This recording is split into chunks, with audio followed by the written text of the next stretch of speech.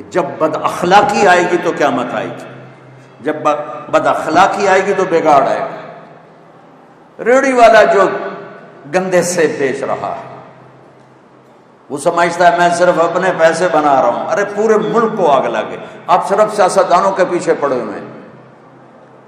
ارے میرے بھائیو، میں ایک دفعہ صبح نماز کے بعد واک کے لیے نکلا، واپس آ رہا تھا، مجھے ایک بڑے میاں نظر آئے ریڑھی پر کھڑے ہوئے، سفید داڑھی سفید پگڑی۔ ریڑھی والے عام طور پہ ایسے نہیں ہوتے ہیں نا، تو میرے دور سے وہ نظروں میں جچ گئے۔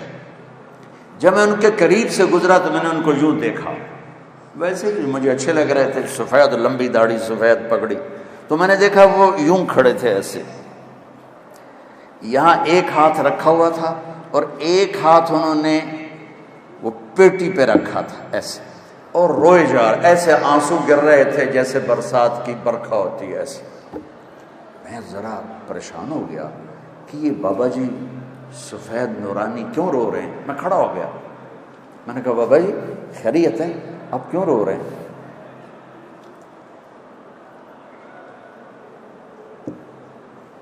اس نے میرے سامنے سیبوں کی ریڑھی ایسے پلٹ دی، سارے سیب ریڑھی پر بکھر گئے، اوپر کی لیئر سیب ٹھیک تھے، نیچے سارے ادھ گلے تھے۔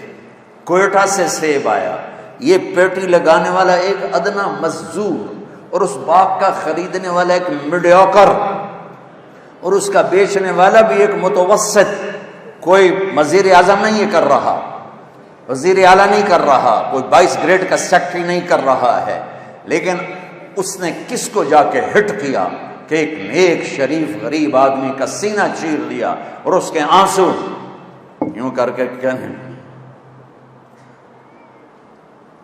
میں نے یہ قصہ ہزاروں دفعہ سنا ہے اور ہر دفعہ میرے سامنے اس کا چہرہ آتا، میرے آنسو آ جاتے۔ وہ کہنے لگا بیٹا میں بہت غریب آدمی، اس کی بہت نے ایسے مجھے چیر دیا، بیٹا میں بہت غریب آدمی، میں ایک پیٹی سیب لاتا، وہ عصر تک بک جاتے ہیں، شام کو میں تازہ آٹا لے کر اپنے بچوں کے لیے گھر جاتا۔ آج کسی نے میرے بچوں کی روٹی مجھ سے چھین، جس قوم کی پستی یہاں تک پہنچی ہو، میں کس کس شعبے کا گلہ کروں؟ میری تو مسجد کا سب ایک جیسے نہیں ہوتے، کوئی برا نہ، پانچوں انگلیاں برابر ہیں، بڑے اعلیٰ وکیل بیٹھے ہیں، بڑے اعلیٰ جج بیٹھے ہیں، بڑے اعلیٰ ڈاکٹر بیٹھے ہیں، بڑے اعلیٰ علماء بیٹھے ہیں، بڑے اعلیٰ مزدور بیٹھے ہیں، لیکن اندھیری رات ٹمٹماتے چراغ اندھیروں کو دور نہیں کر سکتے۔ چراغ کی لو سے کمرے کا اندھیرا دور نہیں ہوتا ہے۔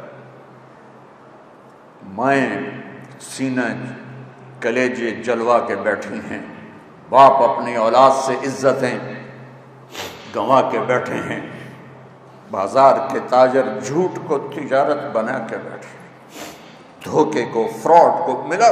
جو سارے پاکستان کی سڑکیں کس نے برباد کی؟ انجینئروں نے برباد کی، چند ٹکوں پہ ہزاروں لاکھوں انسانوں کی موت کے ذمہ دار بن گئے۔ یہ کیسے اللہ کو منہ دکھائیں؟ کس طرح قبر میں جائیں گے؟ ان کا ضمیر انہیں سونے نہیں دیتا۔ حلال کا کھانے والا بھوکا بھی سوئے تو نیند آتی ہے، اور حرام کا کھانے والا گولیاں نہ کھائے تو سو نہیں سکتا ہے۔ تم میری اولاد بیٹھے ہو، میں جذباتی ہو گیا ہوں۔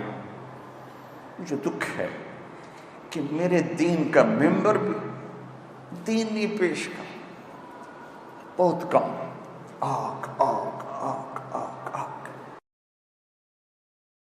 تو ہمارے زوال کی وجہ سمجھو بچوں، ہمارے زوال کی وجہ یہی نہیں ہے کہ دریائے راوی خشک ہو گیا، دریائے ستلج چناب خشک ہو گیا۔